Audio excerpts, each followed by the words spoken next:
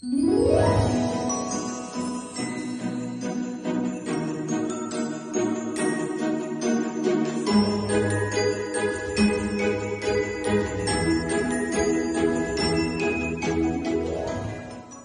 à tous. En cette belle journée ensoleillée, bon ok, je bluffe vu que cet épisode est enregistré en avance. Mais bon, je me suis dit qu'il était temps de parler business, et plus précisément Google My Business. J'ai donc fait appel à Laurie, notre experte marketing, pour partager toutes nos connaissances à ce sujet. Laurie vous accompagne pour définir votre stratégie marketing. Laurie vous aide à prendre les bonnes décisions pour vous différencier, vous faire connaître et attirer toujours plus de clientèle. Pour la contacter, rien de plus simple. Vous retrouverez ses coordonnées dans les notes de l'épisode et bien sûr sur la plateforme des clés du gîte. Salut Laurie! Salut à tous! Alors comme je le disais, j'ai sollicité ton aide pour nous parler de la fiche d'établissement sur Google, plus connue sous le nom de Google My Business. Oui, tout à fait. D'ailleurs, petite note au passage, vous allez voir progressivement que Google My Business est en train de devenir Google Profile Business. Le nom est en train de changer, mais ce qu'on va vous dire aujourd'hui ne change absolument pas, hein. C'est plutôt un changement de nom qu'autre chose. Du coup, pour parler de l'importance de Google My Business, on pourrait se dire pourquoi j'ai déjà un site, j'ai déjà des réseaux sociaux. Concrètement, aujourd'hui, Google My Business, c'est quelque chose qui va presque être aussi important que votre site et vos réseaux sociaux, qui va venir en complément, parce que c'est un endroit où vous pourrez en fait être visible, collecter des avis, être sur Google Maps et donc permettre, de vous trouver facilement, via l'itinéraire. Ça va vous permettre de mettre en avant vos services, vous pouvez même y mettre des publications, donc c'est vraiment un endroit un peu tout en un où on peut faire beaucoup de choses. Ouais, ça fait même la galerie photo. Oui, tout à fait. Des fois, on se dit: «J'ai plein de photos, je sais pas où les mettre, mon site, il est un peu limité selon l'outil que vous avez». Sur Google My Business, on peut mettre, des dizaines de belles photos qui sont bien mises en avant, donc c'est vraiment un outil, hyper, puissant, surtout, dans je dirais à 2 moments de votre business, en fait. Soit au moment où vous vous lancez, parce que quand vous vous lancez, forcément, vous avez besoin de visibilité. Et ce que va permettre Google My Business, c'est de vous rendre assez visible, parce que quand on tape votre nom et votre localisation, par exemple, si vous êtes, le gîte, de la rivière à, je sais pas quel endroit, on tape le nom, la fiche va tout de suite ressortir. Donc dès que quelqu'un entend parler de vous, c'est facile d'être visible, on vous trouve, voilà, facilement, sur le net et elle va aussi ressortir sur Maps. Ça, c'est très intéressant si notamment vous ouvrez un établissement, un gîte qui n'existait pas avant. Parce que si ça n'existait pas avant, vous n'existez pas sur la carte, sur la map, donc vous n'avez pas le petit ping qui permet de vous repérer. Et en créant votre fiche, vous allez pouvoir mettre votre petit ping, votre petite épingle au bon endroit, et ainsi qu'on vous trouve, rien que quand on regarde le lieu, je sais que j'ai envie de partir en vacances en Ardèche, je suis en train de regarder un petit peu ce qu'il y a sur la carte, je peux trouver le gîte facilement grâce à la fiche. D'accord. Il nous faut le lieu, mais si on n'a pas le nom parce qu'on est encore, en phase, tu vois, on n'a pas encore ouvert, on est dans les travaux et cetera, est-ce que c'est quelque chose qu'on peut remodifier par après? En fait, pour être précis, je dirais que c'est plutôt ça répond à une autre question qui est à quel moment on le crée et en fait, techniquement, il vaut mieux le créer quand on a déjà le nom. D'accord. Parce que c'est ce qui va vraiment permettre, De créer de l'entité. vous faire connaître, ouais, voilà, de créer l'entité, de créer le business, de créer l'image de marque qui va avec et cetera. Et en plus, Google fait des vérifications pour vérifier que l'entreprise existe vraiment. Donc ça peut être, un appel au fixe de l'entreprise. Ah Ça ouais. va être généralement de vous envoyer un courrier, à l'endroit donc où va être l'établissement. Donc typiquement, si vous le faites trop tôt, que vous avez pas encore le fixe, que la ligne internet elle est pas à vous et que vous pouvez pas recevoir de courrier, ça va pas être possible de créer la fiche parce que Google fait quand même attention que ce soit des business qui sont en train d'ouvrir ou qui vont ouvrir bientôt ou qui sont déjà ouverts. Du coup et l'autre raison, c'est aussi que, pour que la fiche, elle soit consultée et que ça vaille le coup, faut quand même avoir des choses à mettre dessus. Parce que si on crée une fiche toute vide et que les je sais pas, les 100 premières personnes qui vont dessus pour regarder, ils trouvent pas le bon nom, pas de photo, pas de site, pas de numéro, ça va pas vous aider beaucoup, en fait, hein. C'est un peu, c'est un peu créer quelque chose dans le vent, qui va pas trop servir, voire qui va desservir, parce que les gens peuvent se rappeler qu'il y avait pas grand chose, quoi.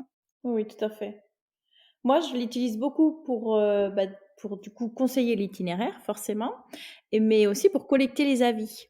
Ouais, tout à fait. Bah, je pense que si vous connaissez un petit peu les différents endroits où on collecte des avis, auparavant, on parlait beaucoup de TripAdvisor il y a quelques années, c'était vraiment le gros, endroit où collecter des avis et aujourd'hui, de plus en plus, on se rend compte que c'est, la fiche Google My Business qui prend le pas là-dessus, pour la simple et bonne raison que c'est hyper accessible. D'ailleurs, je sais pas si, tout le monde ici se rend compte, de où apparaît la fiche Google My Business, mais en fait, c'est vraiment quand vous tapez le nom, si vous êtes sur un ordinateur, par exemple d'un gîte, avec sa localisation éventuellement si vous avez des homonymes, c'est plus simple. Vous allez avoir à droite de l'écran, donc à gauche, il y a les résultats normaux, en texte et à droite de l'écran, vous avez cette espèce de petit encart où il y a la carte, où il y a des photos, où il y a le nom, le numéro de téléphone, le site web. Ah, c'est vraiment ça Google My Business. La note. Ouais, tout à fait, la note avec les et donc effectivement, ce que tu disais, la note avec les avis. Et donc c'est hyper visible parce qu'en fait, l'internaute, il a même pas besoin de cliquer nulle part, qu'il a déjà votre note avec un nombre d'étoiles. Donc c'est quand même ultra simple pour mettre en avant, bah, notamment quand on a une bonne, e-réputation avec des bons avis, on facilite le travail de confiance qu'on crée, envers l'internaute parce que la note, elle arrive, elle lui saute à la figure, la bonne note. Et la mauvaise éventuellement, effectivement. Si on a des mauvais avis, c'est un peu le revers de la médaille. Mais si vous avez des bons avis, c'est super sympa de les avoir sur Google parce qu'ils vont être hyper visibles. Votre note, elle va arriver en plein milieu de la figure de votre internaute.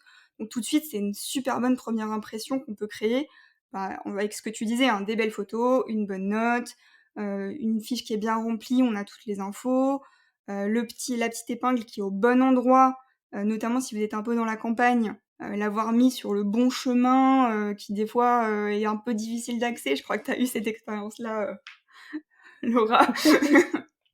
Oui, oui, faites attention de vraiment bien mettre parce que vous pouvez, techniquement faire glisser l'épingle justement à la localité, souhaitée, sans avoir à rentrer les coordonnées GPS ou quelque chose comme ça. Il le calculera après. Donc voilà, prenez le temps de vraiment bien positionner, l'épingle, parfaitement sur votre établissement. Moi, j'ai des locataires qui me complimentent sur le fait qu'ils coupent le moteur et ça correspond pile poil aux coordonnées, de géolocalisation, pardon. Donc voilà, c'est déjà bien entamé leur expérience. Oui, en fait, c'est exactement ça, hein. Cette fiche, c'est, faire en sorte que quelqu'un qui vous connaît pas encore, à la limite, il a que votre nom, la 1re expérience qu'il a, typiquement quelqu'un lui a parlé de vous, il est en train de regarder où il vous a trouvé, sur un comparatif, quelque chose et la première expérience, bah, elle va être positive parce que c'est complet, c'est beau, c'est fluide, on sait où vous trouvez, sur la carte, enfin, c'est vraiment lui apporter cette expérience, assez fluide. D'autant plus et ça c'est un peu à revenir sur, à quel moment il faut le créer. C'est d'autant plus vrai, si et là il y a 2 cas. Un, vous venez de créer votre site internet et il remonte pas très bien dans Google. C'est-à-dire que quand on tape, votre nom, c'est pas encore votre site qui ressort parce qu'il est trop récent et donc Google a pas encore bien compris comment le positionner. Ou alors option B, vous avez un site qui est peut-être un peu ancien ou que vous avez fait vous-même ou qu'on vous a mal fait, ça arrive aussi des fois on se Sur fait lequel il y a pas assez de trafic. Ouais. exactement, ouais, ou c'est un site en fait qui va être un peu, mal optimisé et qui du coup remonte pas très bien dans Google et là, je pense que vous êtes, notamment les gens qui ont un site un petit peu ancien, ça arrive assez fréquemment. Qu'est-ce que ça veut dire remonte pas bien dans Google? Concrètement, ça veut dire que si on tape votre nom ou votre nom et votre localité, c'est pas votre site qui arrive en premier. Peut-être qu'il arrive en 10e, en 15e, en 3 ou 4e page de Google.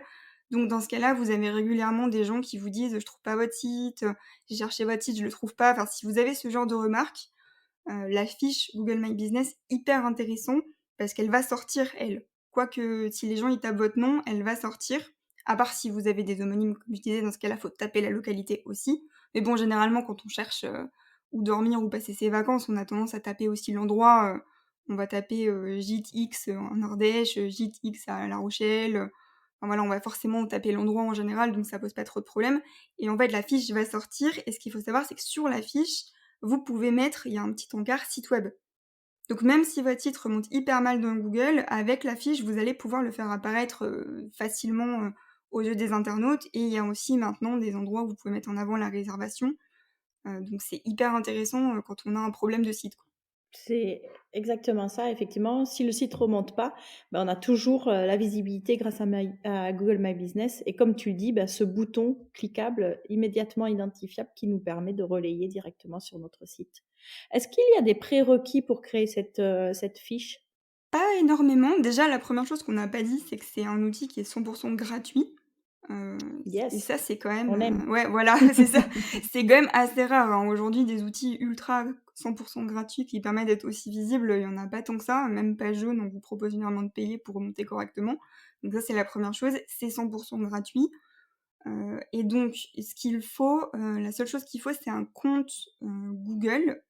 À savoir que vous n'êtes pas obligé de créer une adresse Gmail pour avoir un compte Google. Vous pouvez aller dans «Créer un compte Google», utiliser votre adresse, par exemple, si vous avez une adresse liée à votre site, typiquement contact arobase quelque chose, le nom de votre site, vous pouvez utiliser cette adresse, vous créez un compte Google avec cette adresse, donc vous n'aurez pas de Gmail, mais c'est suffisant pour aller créer, votre fiche.